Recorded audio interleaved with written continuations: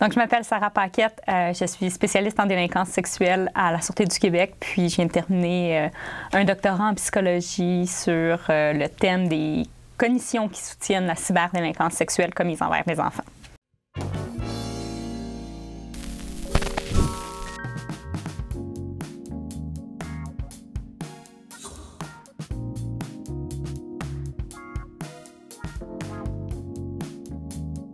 En fait, il existe probablement plus de similarités entre les cyberdélinquants et les agresseurs sexuels avec contact.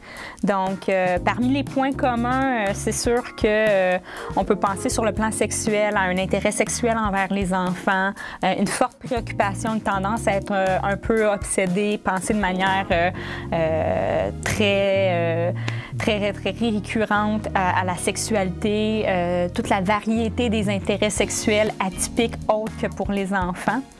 On a aussi, sur le plan émotionnel, relationnel, c'est des gens qui ont une tendance à avoir de la difficulté à entrer en relation avec des personnes adultes, à interagir sur le plan social. Puis, à un certain point, même, ils se sentent un peu, des fois, effrayés, ou ça peut générer une certaine anxiété. Donc, ils vont se tourner un peu, des fois, vers les enfants pour toutes ces raisons-là.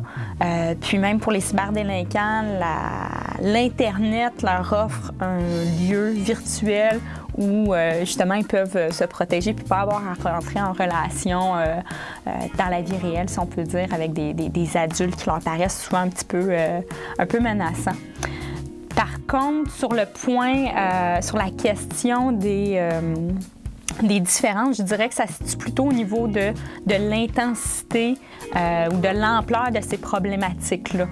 Donc, ils vont présenter plus ou moins de vulnérabilité sur une variété de variables psychologiques.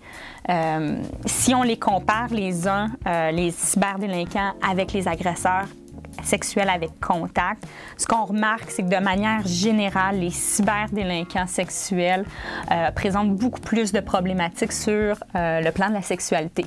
Donc, l'intérêt sexuel envers les enfants, les paraphilies, la préoccupation sexuelle.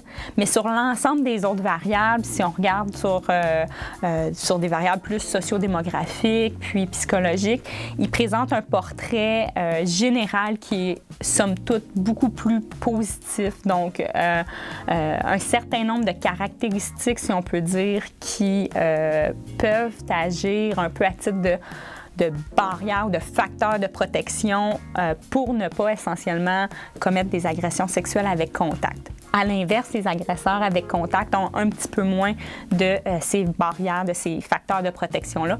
Et c'est probablement aussi ce qui explique pourquoi les agresseurs sexuels avec contact récidivent significativement plus que les cyberdélinquants sexuels.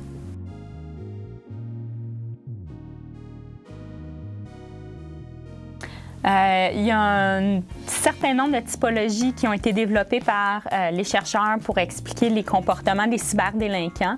Si je vous résume ça de manière très sommaire, je vous dirais que la plupart des typologies vont distinguer, exemple, les consommateurs de pornographie juvénile en fonction de ceux qui vont uniquement consommer ces images-là pour soi, comparativement peut-être à ceux qui vont aller en distribuer sur les réseaux d'échange et de partage sur l'Internet, et ceux aussi qui vont aller en produire. Donc, c'est sûr que si on regarde plus ceux qui en produisent, c'est des gens qui non seulement peuvent avoir le statut de cyberdélinquant, mais également d'agresseurs sexuels avec contact, dans la mesure où ils vont filmer des abus réels envers des enfants.